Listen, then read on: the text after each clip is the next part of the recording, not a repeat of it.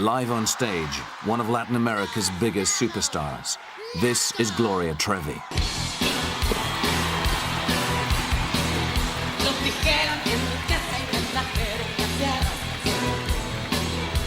Trevi was Mexico's answer to Madonna. Celebrating unmarried sex, masturbation, and teenage rebellion, she broke all the rules in Catholic Mexico and emerged as a superstar.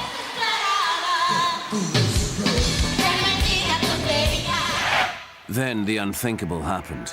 Gloria Trevi became Mexico's most hated criminal.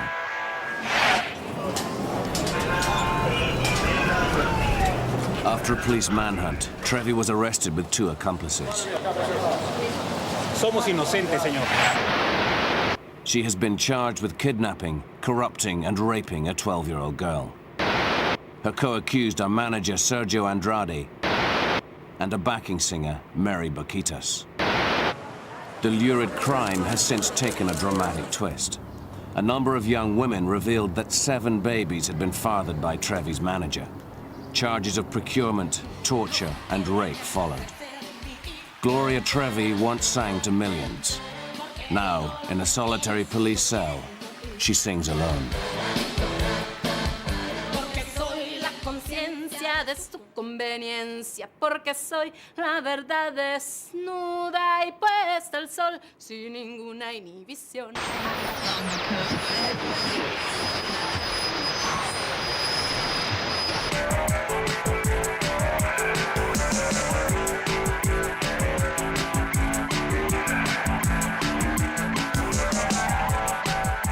Mexico's most infamous crime burst on an unsuspecting public in 1998.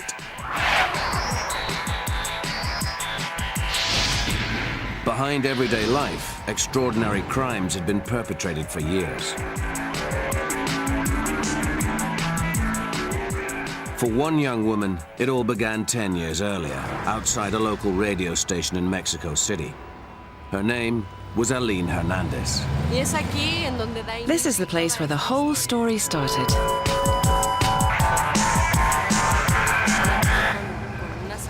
I remember I was standing here with my friends, waiting for a singer to come out. There was a parked car over there. A girl with her hair in plaits came over. She told me she was working in a school for acting, modeling, and singing, and asked if I was interested in going there. I was very excited. I'd always wanted to be a singer. I gave her my details. She asked my name. I said Aline. She asked how old I was. I said 13. And she said, Perfecto, perfecto, perfecto, edad perfecta. I didn't know then what it was the perfect age for. I asked her, what is your name? And she said, Gloria Treviño.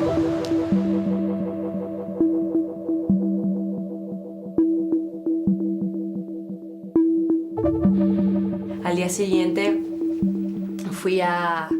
2 weeks later, I went to the school, which was horrendous. It was a tiny office in a small, ugly house.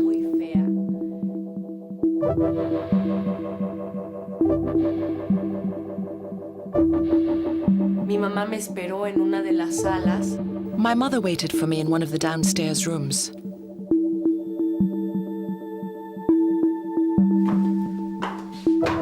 Yo pasé con Gloria a la oficina de arriba. Gloria took me to the upstairs office. And there he was, sitting behind his desk. Andrade, a fat man who looked stern and bitter. En esta habitación fue donde hice I did my very first audition in this room. Sergio was at the desk over here. There used to be a chair over there. And over there was a piano. I sang, I danced, I acted, and I modeled. And for a large part of the audition, Gloria sat next to him. At the end of the audition, Gloria sent for me from another room. She brought me here and told me, Aline, we still have to do part of the audition, which is without your clothes on, because Andrade needs to see which parts of your body need exercising. I was really frightened and shocked. My mother waited for me in this room while I did my audition upstairs with Andrade. And while Gloria was asking me, can you believe it, to strip my clothes off. Aline refused to strip. Sergio Andrade took this Polaroid of the 13-year-old in her pink dance clothes. Gloria came and told me that Sergio said I was mega talented and that he was very pleased with me, that I was incredibly lucky as he wasn't going to charge my family a penny for me to study there. Aline started attending classes at Andrade's office twice a week. Gradually, Gloria Trevi began to pressurize her into showing him another kind of attention. Gloria would pull me out of my classes and sit me down on a chair over here, and she'd go on and on and on about Andrade, Andrade, Andrade. She told me he was mysterious but wonderful, charming, talented and sensitive, and that he'd suffered a lot in love.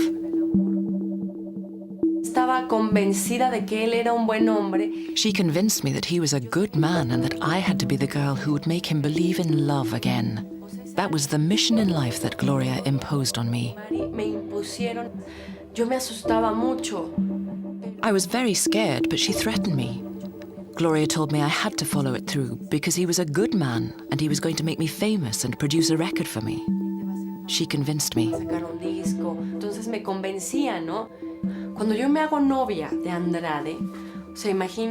When I started having sex with Andrade, I was 14 and he was 34. I had no idea what it was like to have a boyfriend.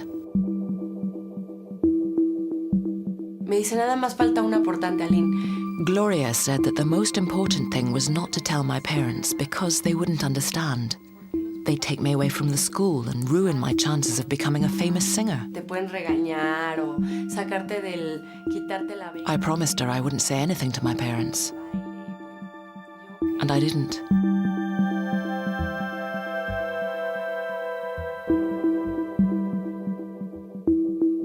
What Aline didn't realize was that Gloria Trevi and a backing singer called Mary Baquitas were also having sex with him.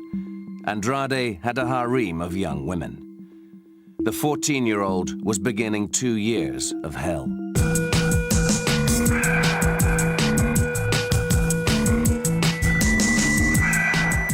The Trevi image targeted children. Her growing fame allowed her to recruit more girls for her manager. By 1990, her career had taken off. Gloria Trevi. With hit singles, sellout concerts, TV spectaculars, and even feature films. Trevi mania had gripped Mexico. Children adored her and imitated her provocative style.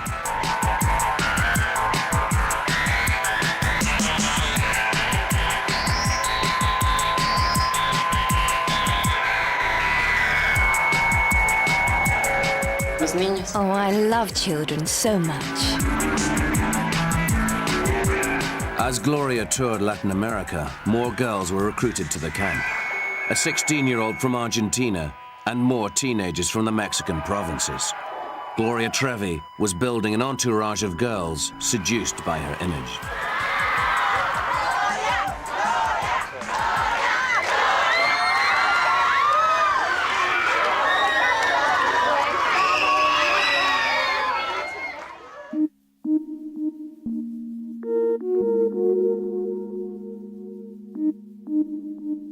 Sergio y Gloria ya había para mí cierto prototipo físico. Sergio Andrade and Gloria Trevi wanted certain characteristics. They looked for girls who were slim and tall with nicely formed bodies. Girls who were very naive, young and malleable, of around 13, 14 or 15. And they wanted girls from poor backgrounds and broken homes who needed both money and affection. And above all, girls who craved fame. Estas ideas de querer realmente ser famosa y que ese tipo de, vaya. The burning ambition to be famous will make you do anything to achieve it. Lupita Carrasco arrived in Mexico City at the age of 19, seeking fame in the capital. She had come from the countryside after winning a series of beauty contests. empezar. I wanted to be someone more than anything. I wanted to be a famous actress. In October 1995, Lupita Carrasco was a national finalist in Miss Mexico. During the rehearsals, Lupita, on the left, took the stage knowing that two famous personalities were in the audience. The superstar Gloria Trevi and her manager, Sergio Andrade.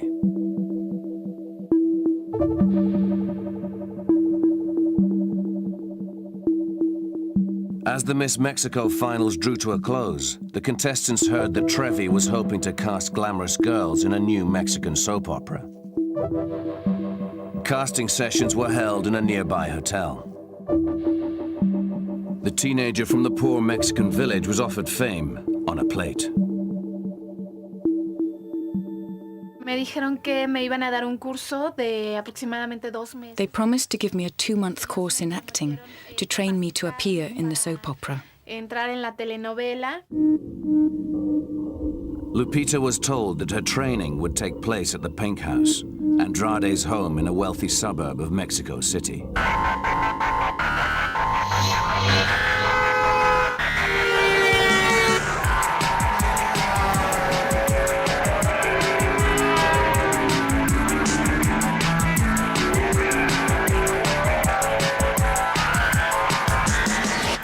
Welcome to Morelos. This was to become Lupita's home. She would live with 7 other girls, some as young as 13. Aquí esto es lo que antes. This used to be the Pink House.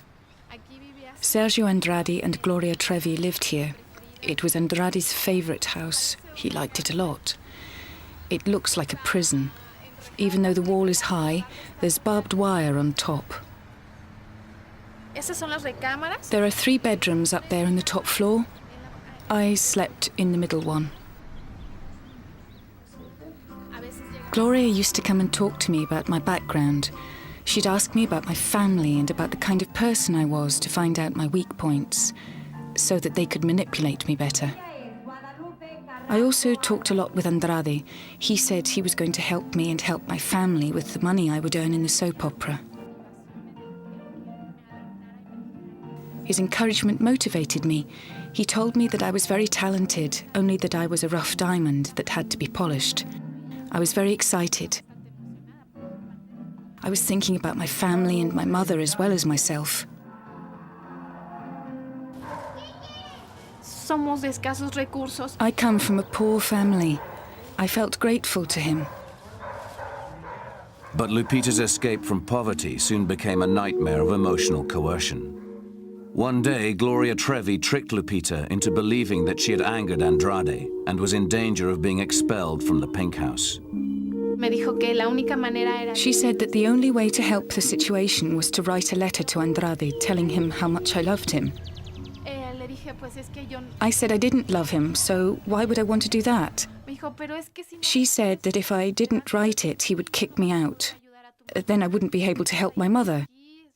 I'd leave as a failure. ¿Qué le vas a decir a tu familia? Gloria asked me what I would tell my parents. Pues no pudiste con el. That I was someone who wasn't up to working with her? She dictated the letter to me. I was very frightened. She took me to his room. I gave him the letter. Lupita claims that with the love letter in his possession, Andrade went to her room one night and raped her. In a court of law, the letter would imply sexual consent. Me siento bastante. I felt so guilty because I had written the letter. I didn't want to leave the house because I wanted to work with her. But if I wanted to stay, I had to agree to have sex with him. From then on, it happened again and again. Yo ya no sabía si realmente estaba ahí porque. I didn't know if I was staying because I wanted to be famous or because I wanted to help my family. I was confused. Instead of finding fame, Lupita had become trapped in a web of control and manipulation. Escape seemed impossible.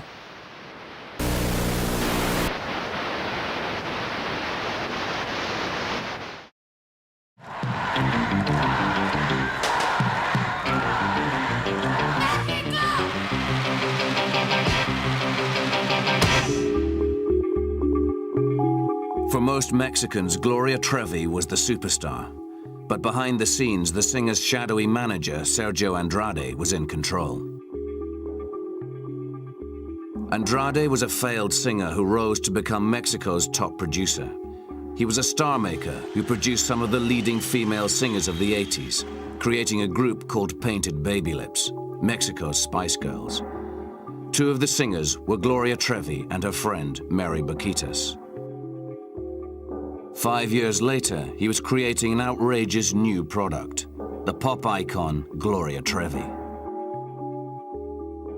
It was into Andrade's realm of power and influence that Aline Hernandez had been drawn.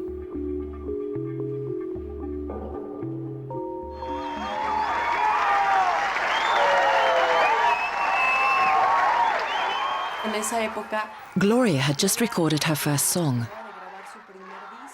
I used to say, wow, if she's released a record, who knows, maybe in a little while, if I work hard in my classes, I'll get my own record too. Ambition was a weakness that pop music could easily exploit. He used to have a big wall calendar like this in his office on which he had marked Aline recording Los Angeles. And he would go and strike out the date on the calendar each time I did something wrong, to postpone everything. I started to realize that I couldn't disobey him. If I wanted to be famous, I had to accept everything. For Andrade, everything meant total control. At the age of 15, the starstruck teenager agreed to his demands to leave home. Remarkably, she married Sergio Andrade. Mi noche de bodas fue terrible. My wedding night was terrible. When the guests had left, he came to the bedroom. He hit me, and then he left. He was my husband, but if he wanted, he had sex with Mary, or with Gloria, or with Katja, or with Marlene, or with Sonia, or with Gabby, because there were 7 women living with him.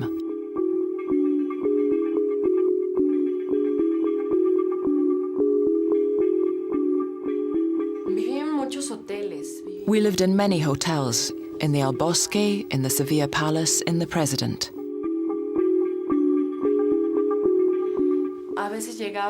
Sometimes it would be me, Gloria, Mary, and he who checked into a hotel, and we all stayed in one room. Other times it was Mary, Gloria, me, and 3 or 4 other girls, and he took 2 rooms.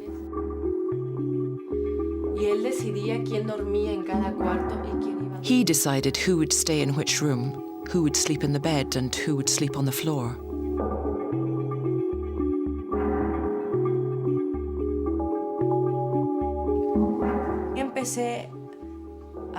I started to have horrible experiences like going hungry, suffering sleep deprivation, and giving in to all Andrade's sexual desires.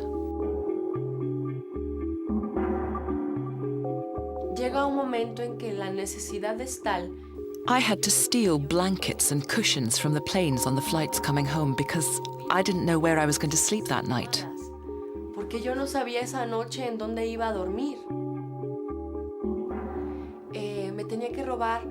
I also had to steal biscuits or peanuts from the plane because I didn't know if Andrade would give me food that day. And at least I'd have some peanuts, which might be my food for the whole day or even 2 days. I even had to steal shampoo and toilet paper from the hotels because he never gave us any money. As he specially hated me, I almost always had to sleep on the floor.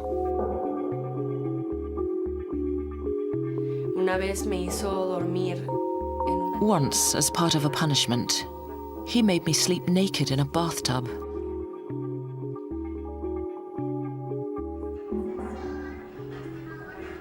He started punishing me by stripping me naked and hitting me with a belt like a little child. I became more and more afraid of him each time. He saw that the more he punished, beat and starved us and deprived us of sleep, the more control he had over us.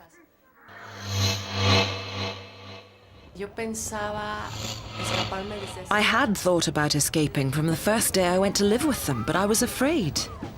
I didn't know how to do it.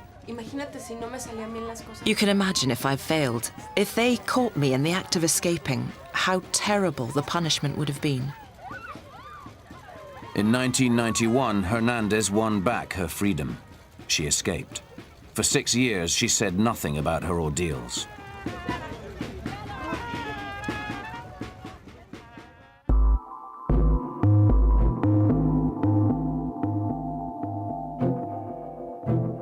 Catholic Mexico seemed under siege. Tradition, religious beliefs, and icons were all challenged as Andrade turned outrage into an industry. The new Madonna was Gloria Trevi.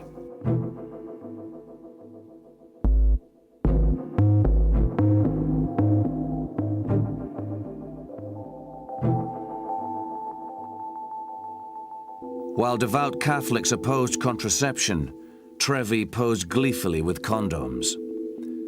Her image was being shaped by Sergio Andrade, who was beginning to act as though he was beyond the law.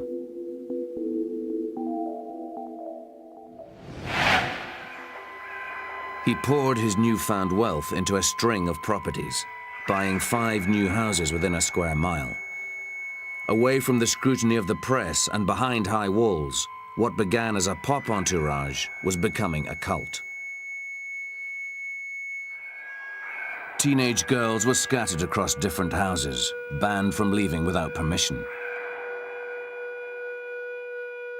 Andrade was brainwashing them into believing that his brutal discipline was good for their careers.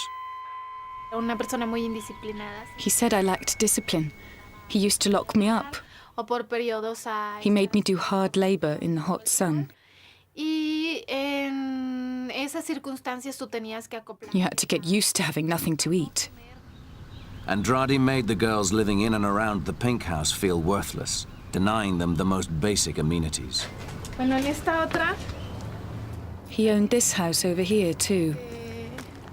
A veces no había facilidad. Andrade's houses often didn't have drinking water in them, and the bathrooms didn't work. So you had to go across to the Pink House for permission to use the loo. Lupita had to endure near starvation. Food, not fame, became her obsession. Then Andrade would use food as torture, force-feeding the girls after starving them. Una ocasión en cuando fuimos a Veracruz. One day, he took us to a restaurant by the sea. En donde nos dio... He ordered a 5-course meal. Starters, soups, fish course, main course, desserts. El platillo fuerte, yo ya no tenía... I wasn't at all hungry, as my stomach had shrunk after not eating for so long. Pero me lo tenía que acabar porque si no yo iba a tener un problema. But I had to eat, or risk being punished. He was enjoying it. He even forced us to eat donuts to stuff us until we were sick. Hasta que podíamos vomitar, o sea, él quería que vomitáramos. Iba manejando el carro y lo manejaba así. Then he drove his car, zigzagging all over the road. He told the driver of the other car to drive the way he did, purely to make us throw up. Para que nosotras vomitáramos. Well, I was sick. Another girl was too. He said we were disgusting. Yet he had made us be sick.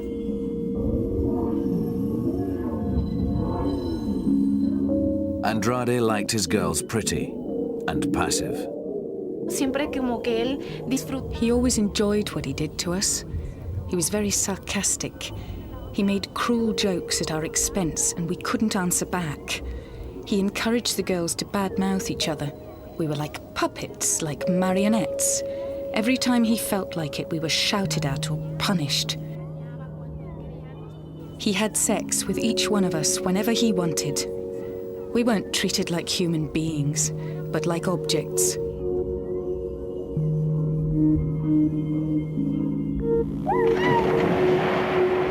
Andrade made his harem of 10 young women appear in calendars and directed this film of a photo shoot.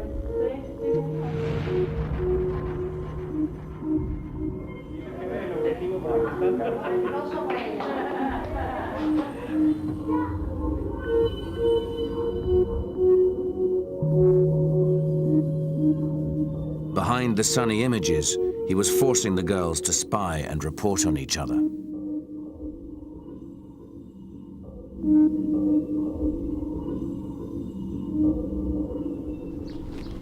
Lupita Carrasco claims that the abuse she suffered at the Pink House was made worse by imprisonment.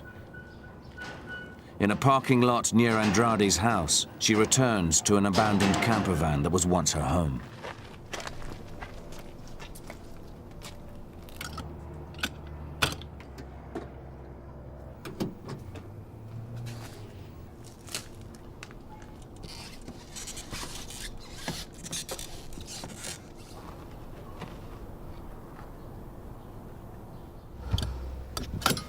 Adentro. Sometimes we used to sleep inside it.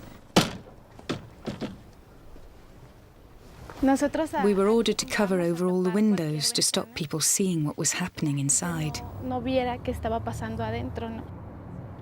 Cuando Sometimes they would lock me up for the whole day, or until they gave me permission to leave, until I was allowed to go out. el estar encerrada para mí se volvió It was humiliating to be locked up.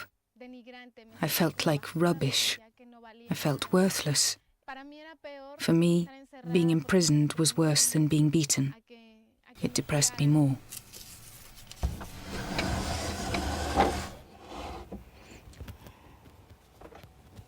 Esto todavía es de Here are some disposal bags from a hotel. un hotel. Sometimes we went to a hotel and we would have to steal the soap, the flannels, the creams, even the sanitary towels, because we were never allowed to go out to buy anything and never even given any money to go shopping. Like other cults, Andrade's deprived the girls of contact with the outside world and the glamorous life they had once aspired to. Siempre nos decía que siempre estar ahí era lo mejor. He always said that the best thing for us would be to stay there forever, that other people were mediocre.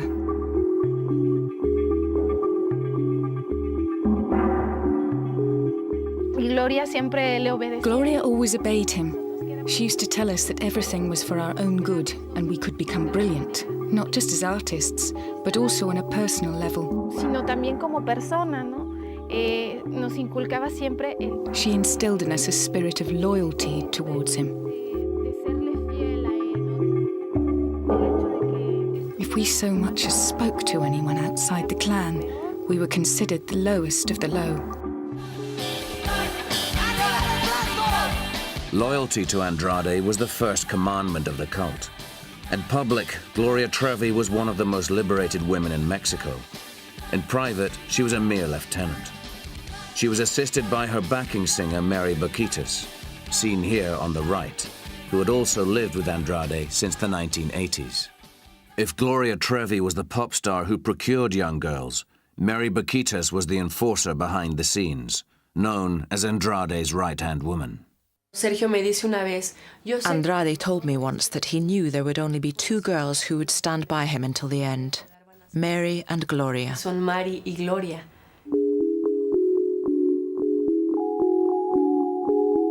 Those girls who disobeyed were brutally punished. One 14-year-old tried to escape from Andrade's beach home by swimming into the ocean. She was caught. When Andrade caught her, he beat her until she bled and locked her in the bathroom, naked and without any food, for 3 weeks. I saw her clothes on the living room floor, spattered with blood. ella me dice que Gloria said she was furious because the girl didn't do what Andrade told her to do, ella that it was her own fault she'd been punished. que si ella hiciera lo que él le dice no le pasara. I realized then that Gloria would always take his side against us. This terrifying incident galvanized Lupita to plan her escape. She conned Andrade into thinking that her will was broken and obeyed his commands. When her mother fell ill, she asked for compassionate leave, vowing to come back. She ran and never returned.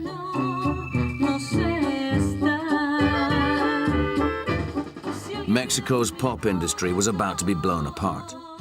In April 1998, Aline Hernandez, Andrade's estranged teenage wife, broke her silence and published a devastating book. Lupita Carrasco backed her up with a formal denunciation. Andrade panicked and went on the run. Initially, few people believed the accusations, calling them the inventions of a bitter ex-wife. But a new discovery turned Mexico against the pop Svengali. A baby boy was discovered, and he was on the brink of death.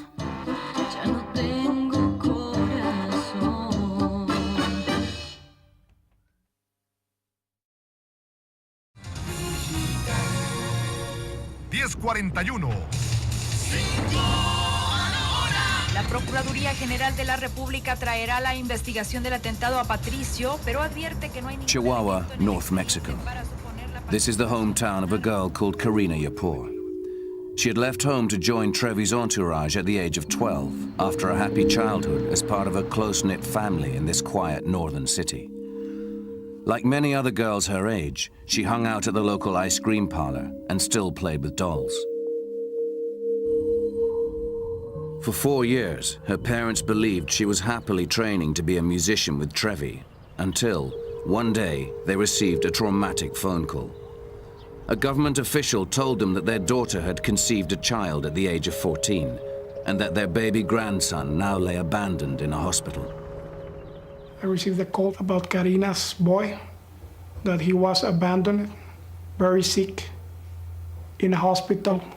We tried to find Karina, but they moved from the house that they were living in. We left 6 months ago without doing nothing because we feel scared that they can do some harm to Karina, you know. Karina's parents took care of the baby, but fearing for their daughter's safety, reported her disappearance, triggering a worldwide hunt and charges of abduction. The Trevi clan, led by Andrade, went on the run, crisscrossing South America. Interpol distributed wanted posters in 170 countries, and the hunt was on. It took nearly a year to track the Trevi clan to Rio de Janeiro in Brazil. They were arrested on the 13th of January 2000. Sergio Andrade, now obese and unkempt, had 8 girls living with him, some pregnant, others with babies. By now, Gloria Trevi and backing singer Mary Boquitas were living in squalor. The 2 women and Andrade were taken into police custody. Until their arrest, many Mexicans were still reluctant to believe that the country's most famous female pop star could be implicated in such horrific crimes. But a new cynicism gripped society.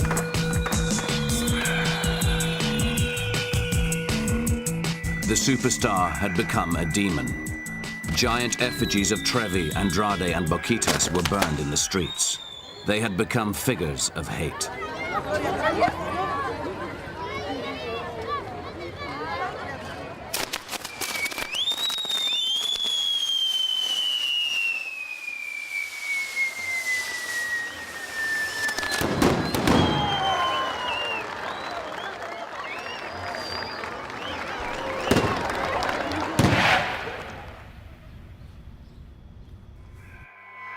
Gloria Trevi, a glamorous superstar who acted in 3 feature films, 20 videos, and had her own TV show, is now reduced to this.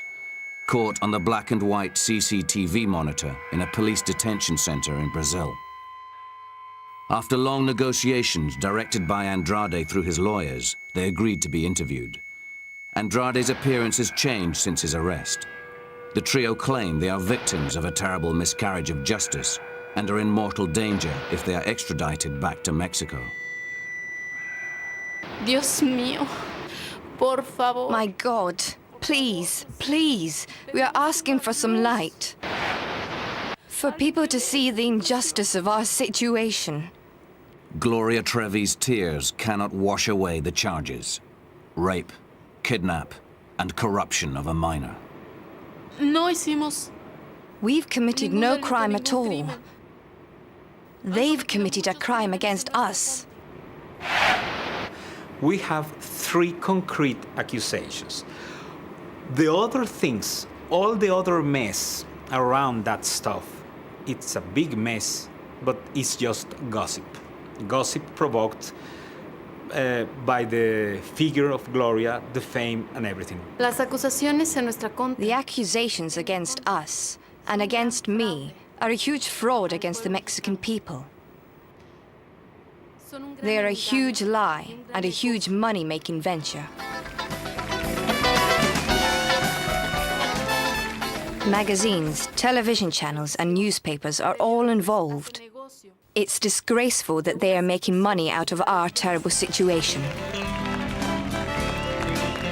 Karina Yapour's bleak story of giving birth to Andrade's child at the age of 14 has ignited Mexico's television talk shows. She has found fame promoting a book about her experiences with Gloria Trevi. This is Mexico's real-life soap opera. The three accused dismiss Karina as a sensationalist and an attention seeker, finding fame on the back of distortions. But her story is shocking and grotesque. No, He raped me. te violó. ¿Por qué no llamaste a tus padres? Karina Yapour was barely out of primary school when she was taken from her home in Chihuahua. She had passed an audition to join Gloria Trevi's band.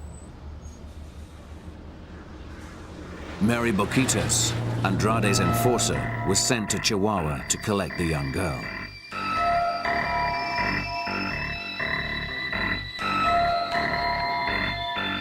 Unaware that their daughter was being procured, Karina's unsuspecting family took Mary for a friend.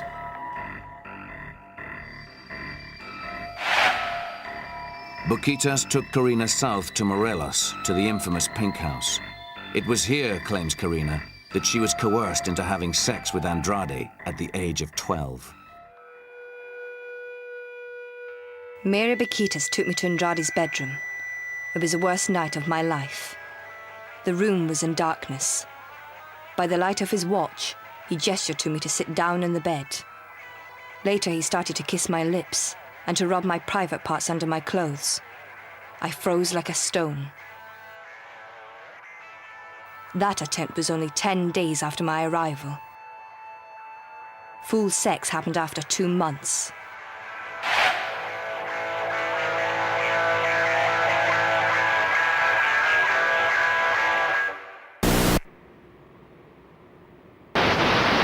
I know they have said that I was the one who used to grab the girls, that I used to take them to Sergio Andrade and instruct them.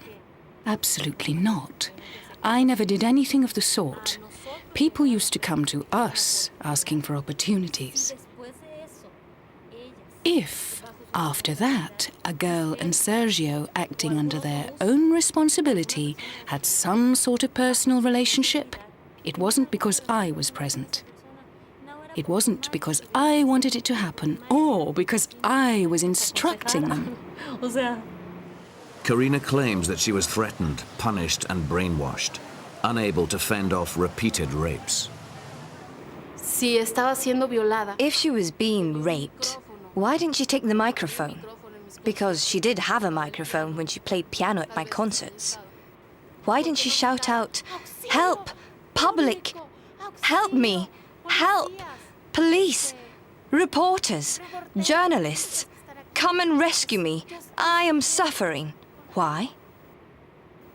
Excuse me. The woman traveled. She ate. She slept in the best hotels. She lived the good life. The very best life. But Karina Yapour claims that five-star hotels were often the scenes of the worst degradations. Beatings were repeated and brutal. In 1996, while Gloria Trevi was on primetime television launching a new show, Karina was being whipped with belts, coat hangers, and electric cables. One day my strength failed. After a series of beatings, my back, bottom, and thighs were purple, green, and black with bruises. I was so terrified that I fainted before he even began to beat me. When I regained consciousness, Andrade was having sex with me. I was never allowed to speak freely on the phone to tell my parents what was going on. We were always watched. Andrade threatened to hurt my family if I said anything against him or Gloria. He invented a torture that he called box. In a plastic box, he would put the remains of banana skins and orange peel, eggshells, rotting food, raw onions, and blackened herbs. All this was mixed with water. He made Mary watch over us until we'd finished the last trace of food in the box. It took me more than 3 hours to finish, and I vomited at least 3 or 4 times as I ate. Mary checked my box. She made me lick out even the last trace of my vomit. Cualquier cosa que Sergio la considerara una desobediencia. Anything that Andrade regarded as disobedience, the smallest thing, was punished. He was just too demanding. This was personal, not professional. This wasn't punishment, but torture. Sergio no es duro.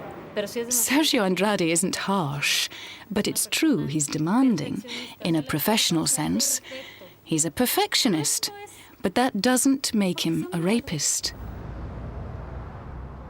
In 1997, Andrade and Trevi took Karina Yapor back to Chihuahua to visit her family. Gloria was caught on home video, charming Karina's parents. The teenager in the striped top now claims that her limbs were bruised with repeated beatings. Gloria, her eyes filled with tears, sang for the family while their daughter accompanied her on piano.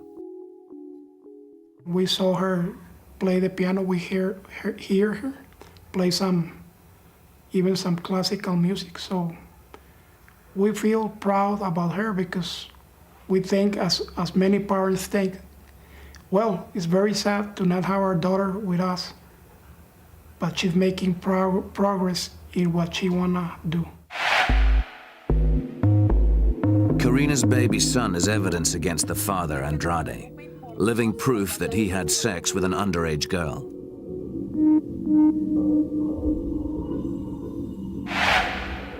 But Andrade denies rape.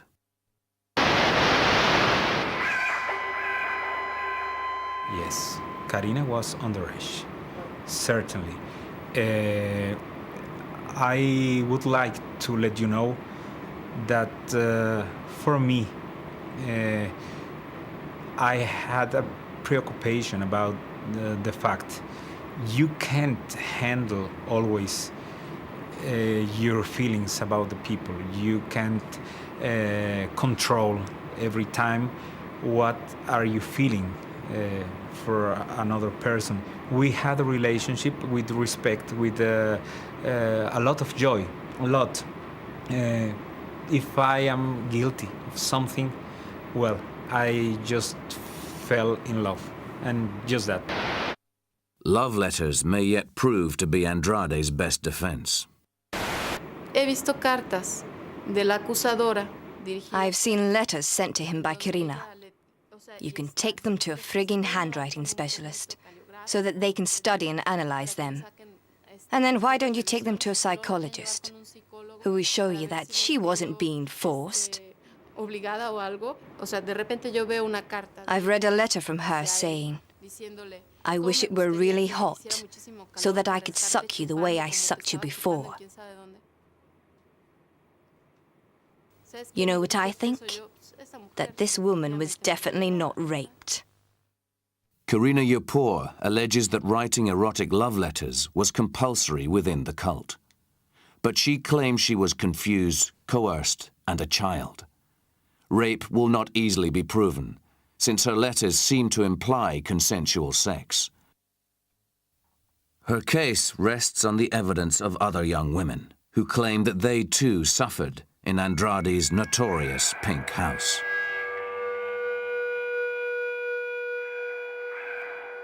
Evil doesn't have nationality. This horrible thing could happen in any country, to any family, in every part of the world.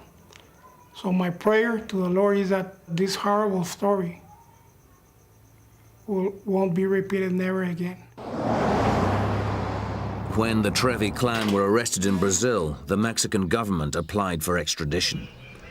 If found guilty, the three face up to 15 years imprisonment in a jail near Chihuahua, where a once trusting family exposed a catalogue of abuse. If sentenced, this is where they will be brought, Cerezo Prison. The pop entourage accustomed to five-star hotels will face more modest fare. Surveillance and discipline will be Andrade's new companions, as for the first time in 16 years, he is separated from Trevi and Boquitas. Mexico has put its superstar on trial, but Trevi's own role remains uncertain. Gloria did many of the bad things she did against her own will. She did them because she too was dominated, forced and threatened. I often saw Gloria sleeping on the floor or being beaten or abused. I saw Gloria telling Andrade that she wanted to leave, that she couldn't bear it any longer. But he forced her to change her mind by locking her up and beating her. In a way, Gloria is just another victim. But I always ask myself, why didn't she leave? Why did she never escape? Perhaps this pop video holds a clue. The most compelling comment on the whole case appears in the video for Trevi's hit single, Recuento de los Daños.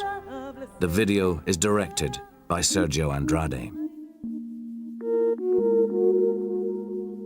A little girl is abducted from her parents by a fat, unkempt man in a checked shirt. She grows up to become an adolescent. Still imprisoned by her abductor, she fears him, slaves for him, and cooks his food. At puberty, and still a virgin, she is raped.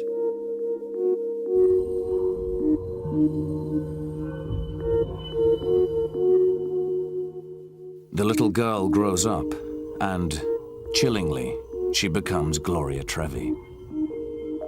In the video's perverse narrative, she falls in love with her abuser, climbing into bed with him and becoming his lover.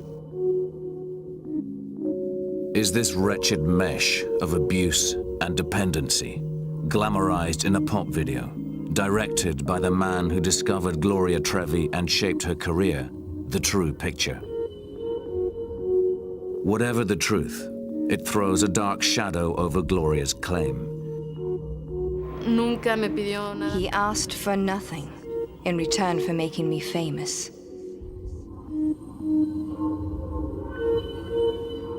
Siento otro desprecio, mando un buen deseo. Cambio el sufrimiento por un timbre postal al cielo. Con la tinta de mi llanto escribiré una carta en blanco, sin palabras tú sabrás cuánto te amo. La mandaré en el viento junto con mis dulces sueños en los que tú siempre estás. Cuánto te amo. Angelito con poquita de corazón, nunca voy a decirte adiós.